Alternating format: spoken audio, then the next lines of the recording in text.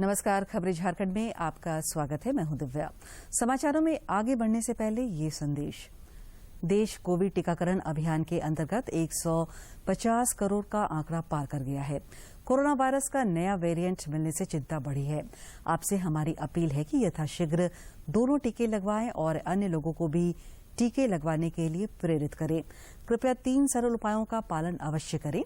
Mask लगाएं, 2 गज की सुरक्षित दूरी बनाए रखें, हाथ और चेहरा साफ रखें। कोविड से संबंधित किसी भी जानकारी और मार्गदर्शन के लिए राष्ट्रीय हेल्पलाइन नंबर 011-2397-8046 और 1075 पर संपर्क करें। इसके अलावा हेल्पलाइन नंबर 104 पर भी डायल कर संपर्क कर सकते हैं। और अब समाचार विस्तार से। प्रधानमंत्री नरेंद्र मोदी ने आज कोलकाता में चितरंजन राष्ट्रीय कैंसर संस्थान के दूसरे परिसर का वीडियो कॉन्फ्रेंस के माध्यम से उद्घाटन किया। इस अवसर पर उन्होंने कहा कि देश के हर नागरिक तक उत्तम स्वास्थ्य सुविधाओं को पहुंचाने के राष्ट्रीय संकल्पों को मजबूत करते हुए आज हमने एक और कदम बढ़ाया है। चितरंजन राष्ट्रीय कैंसर संस्थान का ये दूसरा कैंपस पश्चिम बंगाल के अनेकों नागरिकों के लिए बड़ी सुविधा लेकर आया है। पश्चिम बंगाल के अनेकों नागरिकों के लिए बड़ी सुविधा लेकर आया है। इससे विशेष रूप से उन गरीब, उन मध्यम वर्ग परिवारों को बहुत राहत मिलेगी जिनका कोई अपना कैंसर से मुकाबला कर रहा है।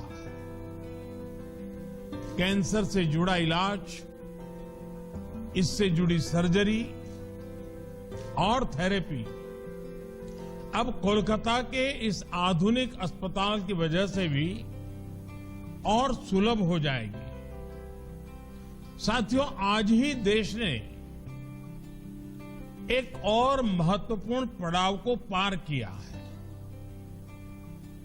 साल की शुरुआत देश ने 15 से 18 साल की उम्र के बच्चों के लिए वैक्सीनेशन से की थी।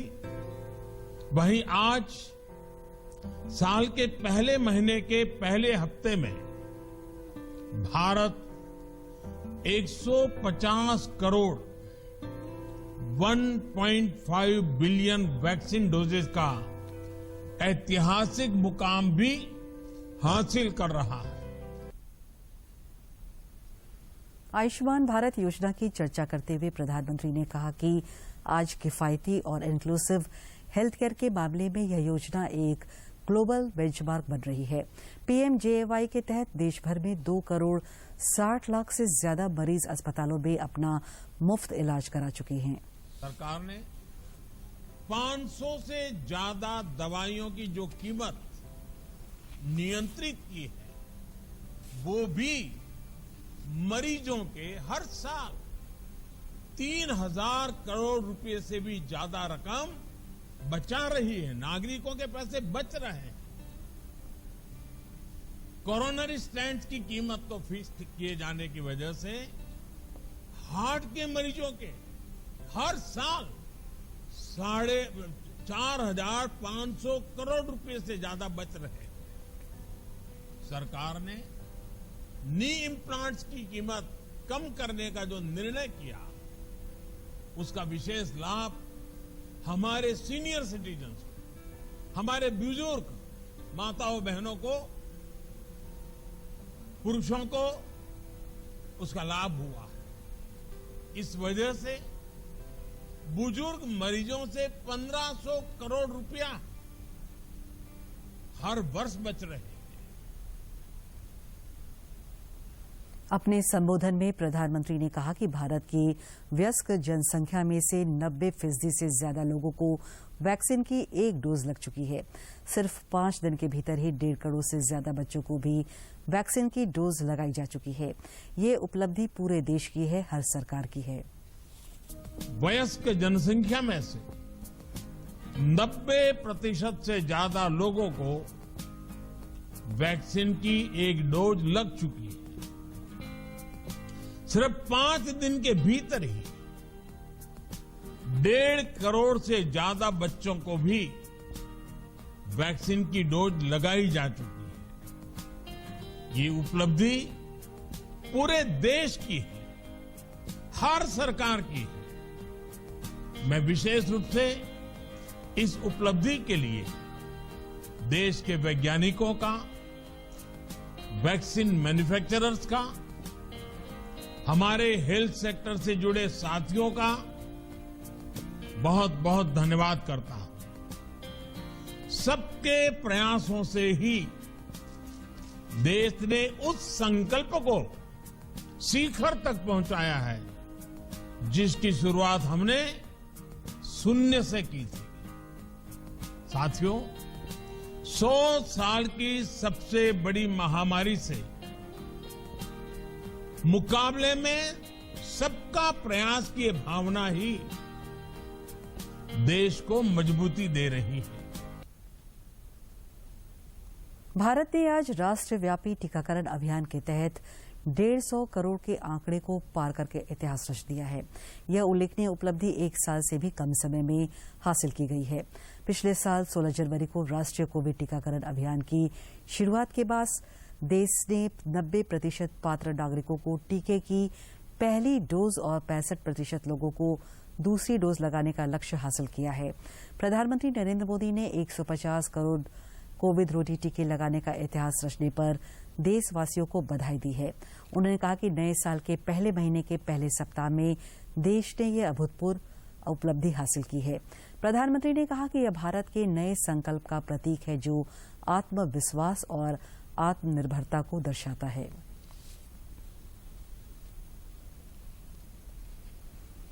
इधर झारखंड में भी टीकाकरण अभियान तेज गति से चल रहा है। स्वास्थ्य विभाग के अनुसार रांची में पिछले 24 घंटे के दौरान 10,889 लोगों को कोविड रोधी टीके लगाए गए। इनमें से 50% 15 से 17 वर्ष के किशोर शामिल हैं। दुमका जिले में एक बार फिर कोरोना संक्रमण के मामले तेजी से बढ़ रहे हैं, जिसे देखते हुए टीकाकरण की रफ्तार तेज कर दी गई है। लोगों को घर घर जाकर भी टीके लगाए जा रहे हैं। पेश है एक रिपोर्ट।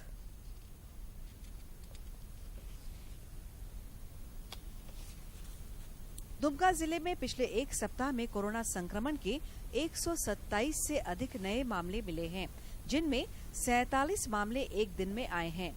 वहीं कोरोना संक्रमण से बचाव को सुनिश्चित करने के लिए घर घर जाकर भी टीके लगाए जा रहे हैं, ताकि एक भी व्यक्ति वैक्सीन की कवच से वंचित न रहे।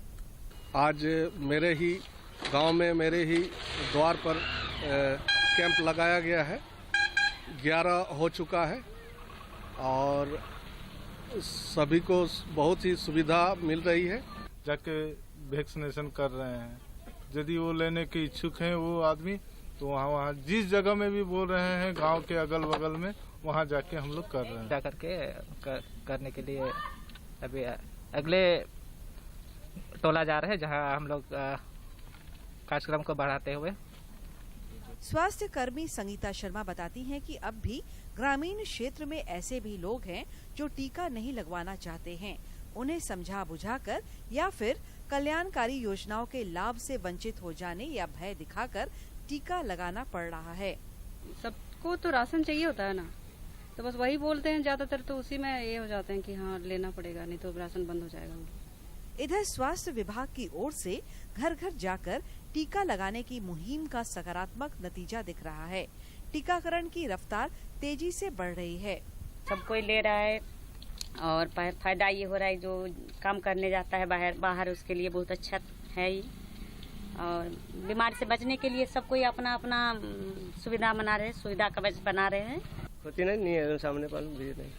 कोरोना के तीसरे लहर के बीच स्वास्थ्य विभाग अब उन लोगों की तलाश कर रही है जो तमाम प्रशासनिक प्रयासों के बावजूद अब तक टीका केंद्र नहीं पहुंचे थे, जिससे सुरक्षा कवच का दायरा बढ़ाया जा सके। दुमका से आर.के. नीरद की रिपोर्ट। देश भर में कोरोना संक्रमण के मामलों में तेजी से बढ़ोतरी हो रही है। पिछले 24 घंटे के दौरान कोविड के 1,17,100 नए संक्रमितों की पहचान की गई है। केंद्रीय स्वास्थ्य मंत्रालय के अनुसार इस दौरान 30,836 संक्रमित स्वस्थ भी हुए हैं। इधर झारखंड में कोरोना संक्रमण के मामले तेजी से बढ़ रहे हैं। पिछले 24 घंटे में 3,704 नए संक्रमित मिले। इसके साथ ही राज्य में सक्रिय संक्रमितों की संख्या बढ़कर 14,255 हो गई है। स्वास्थ्य विभाग के अनुसार सबसे अधिक 1,309 नए मरीज रांची जिले में मिले हैं। जमशेदपुर जिला प्रशासन कोरोना संक्रमण को रोकने हेतु सतर्क है। अधिकारी दल बल के साथ शहर के सड़कों पर निकलकर नियमों का उल्लंघन करने वालों को फटकार लगा रहे हैं।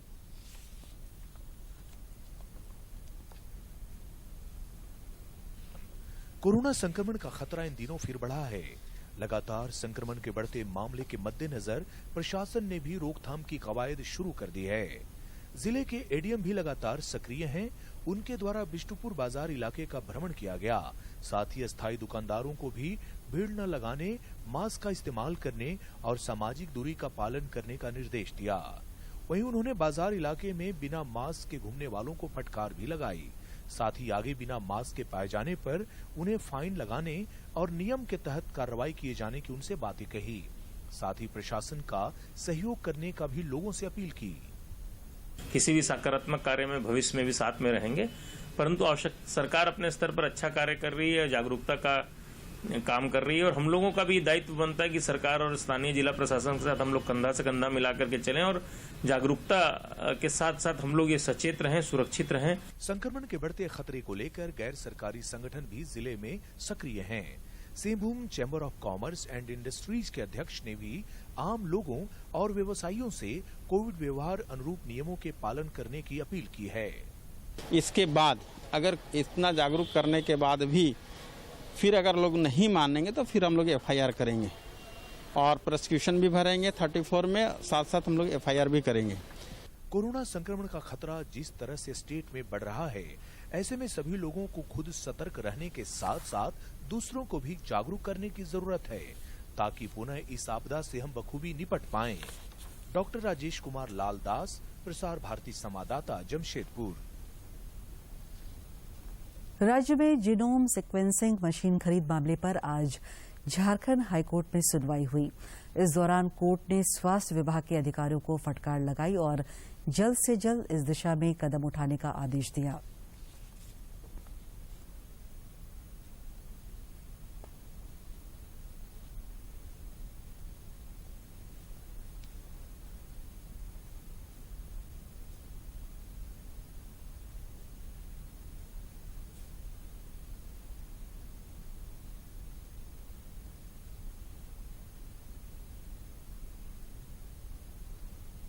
पर झारखंड हाईकोर्ट में सुनवाई हुई। रिम्स में विभिन्न प्रकार के जांच मशीनों की खरीदगी के मामले पर आज सुनवाई करते हुए माननीय मुख्य न्यायमूर्ति डॉक्टर रवि रंजन एवं न्यायमूर्ति सुजीत नारायण प्रसाद की खंडपीठ ने रिम्स की कार्यशैली पर नाराजगी जाहिर करते हुए कहा थर्ड वेव आ चुका है और थर्ड वेव के आने के बाद भी अभी तक रिम्स की ओर से केवल गोइंग ऑन की प्रक्रिया चल रही है। ये कब तक चलेगा, इससे हमारे आम जनता पर बहुत ही बुरा असर पड़ रहा है। इनके स्वास्थ्य की देखभाल कैसे की जाएगी, ये बड़ी चिंता का विषय है और रिम्स इसमें क्या कर रही है अभी तक कुछ भी सामने नहीं आ पाया है। इसलिए 2 सप्ताह के भीतर इसमें सभी प्रक्रियाएं पूरी करने के बाद रिम्स को अपना शपथ पत्र दाखिल करने का निर्देश दिया गया है। कोविड-19 और ओमिक्रॉन के बढ़ते मामलों के बीच कोडरमा के जिला बीडी पदाधिकारी सह जिला सर्विलांस पदाधिकारी डॉक्टर मनोज कुमार ने जिले वासियों की अपील से कोविड प्रोटोकॉल का पालन करने की अपील की है। व्यक्ति को सर्दी, खांसी, बुखार इस तरह के लोगों को है तो वो अपने नजदीकी स्वास्थ्य केंद्र पर जाकर जांच अवश्य करा लें। साथ ही जो व्यक्ति टीके अभी तक नहीं लिए हैं वो टीके अवश्य ले लें, सभी स्वास्थ्य केंद्रों पर उपलब्ध है। मैं लोगों से ये अपील करना चाहता हूं कि जब भी घर के बाहर निकलें तो सोशल डिस्टेंसिंग का पालन करें, मास्क और सैनिटाइजर का प्रयोग अवश्य करें। इधर तेजी से बढ़ते संक्रमण को देखते हुए रांची जिला प्रशासन की टीम भी पूरी तरह से मुस्तैद है और संक्रमित मरीजों को ट्रैक कर उन तक मुख्यमंत्री कोरोना राहत किट पहुंचाई जा रही है। रांची जिला के सभी इंसिडेंट कमांडर अपने अपने क्षेत्रों में होम आइसोलेशन में रह रहे मरीजों को मुख्यमंत्री कोरोना राहत किट के उपलब्ध करा रहे हैं।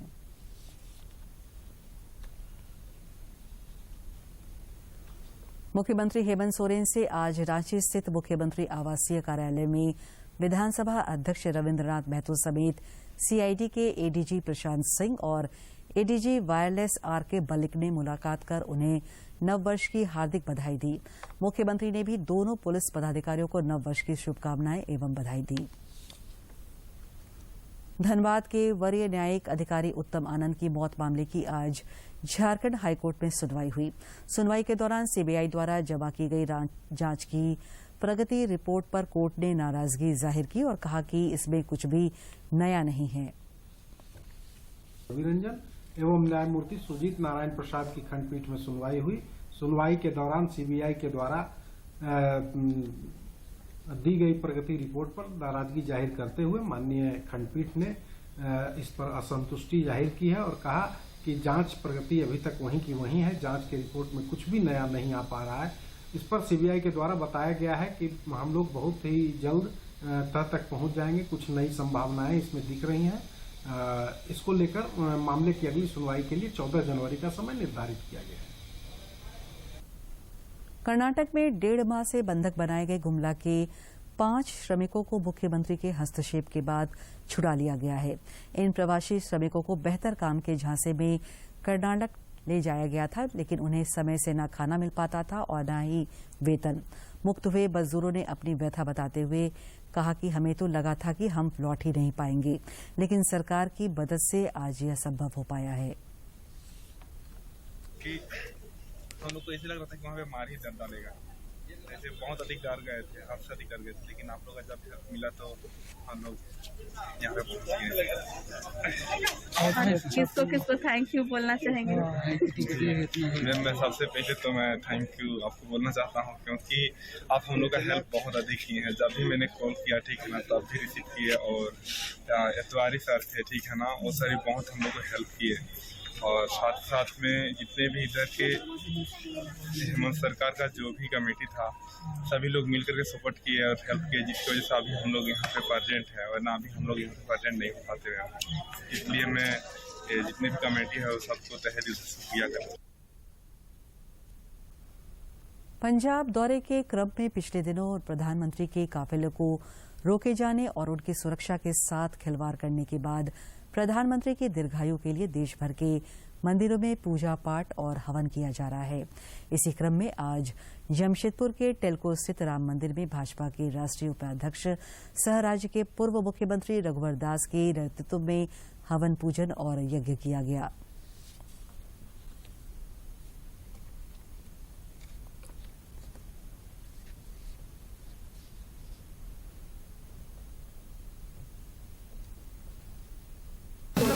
अपने देश के लोकप्रिय जनप्रिय प्रधानमंत्री आदरणीय मोदी जी के साथ जो घटना घटित हुई और जिस तरह पंजाब में कांग्रेस की सरकार ने एक साजिश के तहत प्रधानमंत्री मोदी जी की हत्या करवाना चाहते थे, तो ईश्वर का शुक्रगुजार है कि जो घटना स्थल था वो पाकिस्तान से 10 किलोमीटर दूर था। प्रधानमंत्री नरेंद्र मोदी के पंजाब दौरे के क्रम में उनकी सुरक्षा में हुई प्रशासनिक चूक मामले को लेकर चौतरफा विरोध जारी है। इस सिलसिले में भाजपा की प्रदेश इकाई ने आज रांची में 2 घंटे का मौन धरना दिया।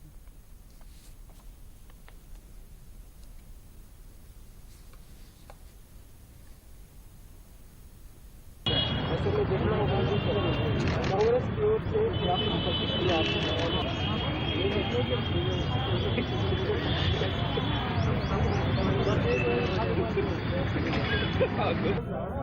कि जिस प्रकार से परम आदरणीय यशस्वी प्रधानमंत्री नरेंद्र मोदी जी के काफिले पर पंजाब में सेंधमारी हुई, सुरक्षा को खतरा प्रदान किया गया, ये प्रायोजित खतरा था।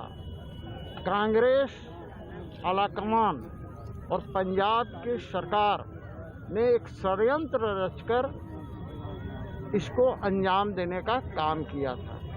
उसी के विरोध में भारतीय जनता पार्टी के कार्यकर्ता परसों से ही आंदोलनरत हैं।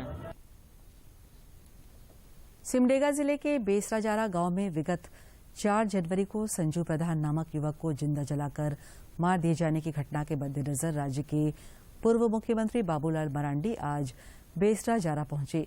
श्री मरांडी ने घटना की तीव्र भर्त्सना करते हुए सीबीआई जांच की मांग की। उन्होंने पुलिस की भूमिका पर भी सवालिया निशान लगाया।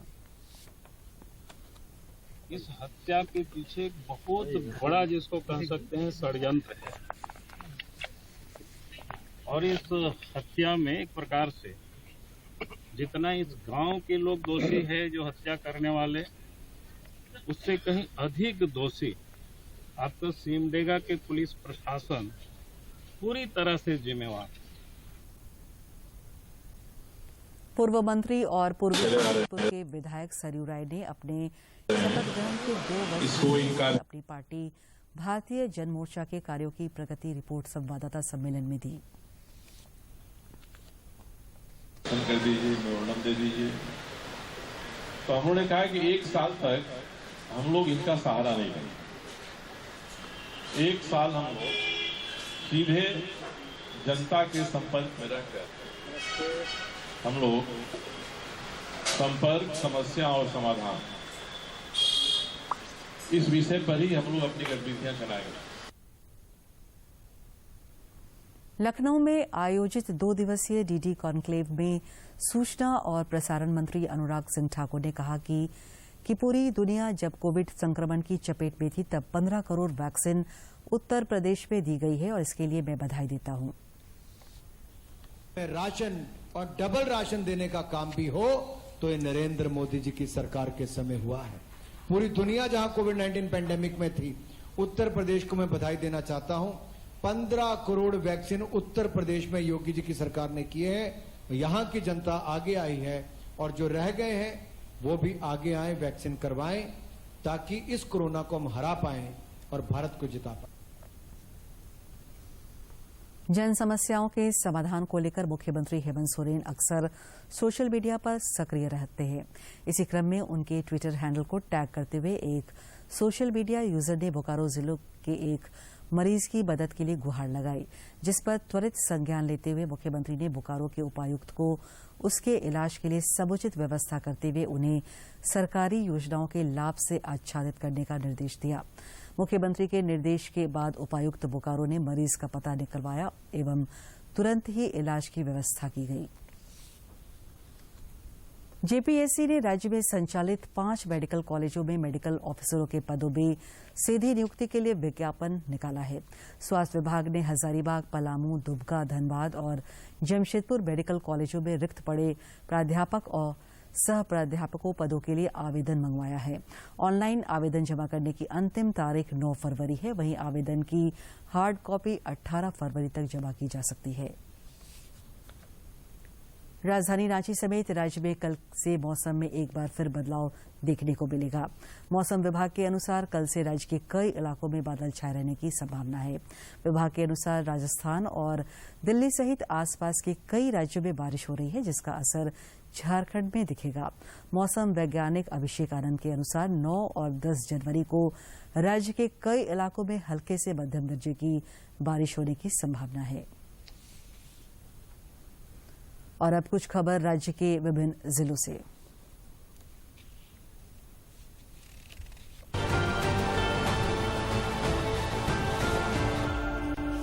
पश्चिमी सिंहभूम जिले का पहला साइंस पार्क बनकर तैयार हो गया है।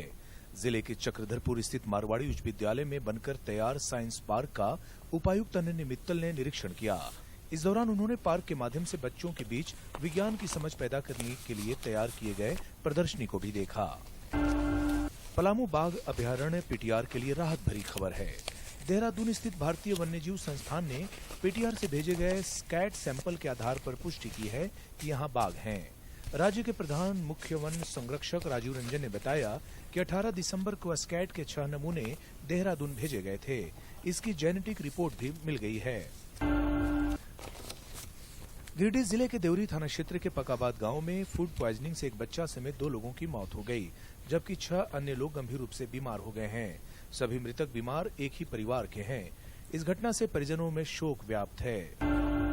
झारखंड उच्च न्यायालय में जेपीएससी सिविल सेवा की 7वीं और 10वीं तक की प्रारंभिक परीक्षा के परिणाम को चुनौती देने वाली याचिका पर सुनवाई की गई। न्यायाधीश डॉक्टर एसएन पाठक की अदालत में आंशिक सुनवाई के बाद अगली सुनवाई 13 जनवरी की तिथि निर्धारित की गई है। आईआईटी आईएसएम धनबाद में स्टूडेंट्स अब अपने पिछले प्रदर्शन के आधार पर कोर्स कर सकेंगे। सीनेट की 21वीं बैठक में यह तय होने के बाद संस्थान ने इससे संबंधित नोटिफिकेशन जारी कर दिया है। गढ़वा पुलिस के द्वारा डंडई थाना क्षेत्र में क्षेत्र के करीब 80 बुजुर्ग महिला, पुरुष एवं असहाय महिलाओं को ठंड एवं कोरोना महामारी से बचाव हेतु कंबल और मास्क का वितरण किया गया। साथ ही युवाओं को प्रोत्साहित करने हेतु खेलकूद की सामग्री, बैट बॉल, फुटबॉल एवं जर्सी का भी वितरण किया गया। चतरा की टंडवा थाना पुलिस ने निजी कंपनी से फर्जीवाड़ा कर बैंक से राशि की निकासी करने वाले ठग को गिरफ्तार किया है। ठग ने एक निजी कंपनी से फर्जीवाड़ा कर 1,91,400 रुपए की हेराफेरी की थी। गिरफ्तार ठग के पास से पुलिस ने एसबीआई टंडवा शाखा का प्रयोग में 2 फर्जी जमा पर्ची एवं मुहर बरामद की है। 1,91,400 रुपया जो कलेक्शन का जमा था उसे बैंक में न जमा कर आपने सूद हड़प लिया और गलत मुहर रिसीट का प्रयोग करते हुए उसे दिखाकर बताया कि हमें स्टेट बैंक में जमा कर लिया। खूंटी जिला अंतर्गत विभिन्न टीकाकरण केंद्रों में सुगम रूप से 15 से 18 वर्ष के किशोरों को कोरोना टीका लगाया जा रहा है। जिले में स्वास्थ्य सुरक्षा एवं सुविधा को लेकर आवश्यक व्यवस्थाएं की गई है। जिले के उपायुक्त ने लोगों से खूंटी जिले को कोरोना मुक्त बनाने में अपनी भागीदारी निभाने की भी अपील की है। दुमका जिले में किसानों के हितों एवं सिंचाई सुविधाओं को सुदृढ़ करने के उद्देश्य से उपायुक्त ने मसलिया प्रखंड के गाड़ पाथर गांव का निरीक्षण किया। इस दौरान उन्होंने सिंचाई सुविधा को दुरुस्त करने का भी निर्देश दिया ताकि किसान सुगम तरीके से कृषि संबंधी कार्य संपादित कर सकेंगे। गोड्डा के उपायुक्त भोर सिंह यादव ने पोलियो अभियान के सफल संचालन को लेकर रूट प्लान एवं प्रचार प्रसार ससमय कराने का निर्देश दिया है।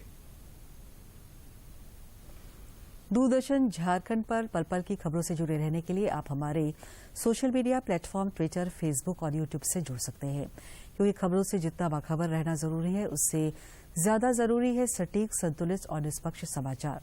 हमारा ट्विटर हैंडल और फेसबुक पेज है डीडी न्यूज झारखंड। आप हमें YouTube channel Jharkhand DD news पर भी देख और सुन सकते हैं।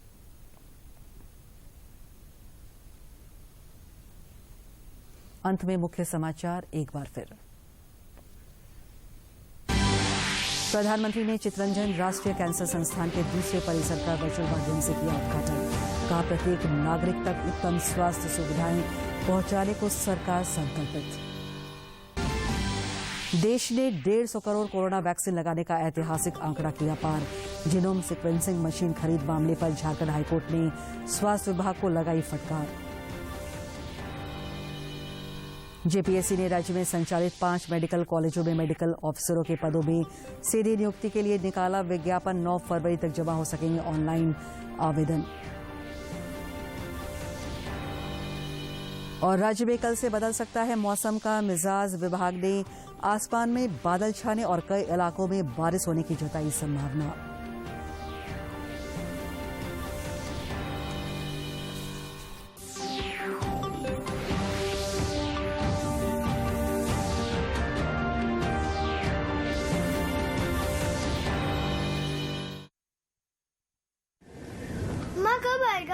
अभी आएगा। अरे बोलो ना माँ, कब आएगा? बोला ना, अभी आ जाएगा। ये ले, आ गया कुआं। अरे कुआं नहीं माँ, हमारे घर नल से जल कब आएगा? नल से जल? अरे गुड्डी, बहुत जल्दी आएगा पानी। जल जीवन मिशन आ चुका है। हम 1 कदम उठाएंगे तो सरकार 10 कदम उठाएगी। सच? तुम्हारे मुंह में घी शक्कर। घी शक्कर नहीं माँ, स्वच्छ जल। 2024 तक देश के सभी 19 करोड़ घरों में पहुंचेगा पीने का साफ पानी। अब होगा हर घर जल। जल जीवन मिशन, जल शक्ति मंत्रालय।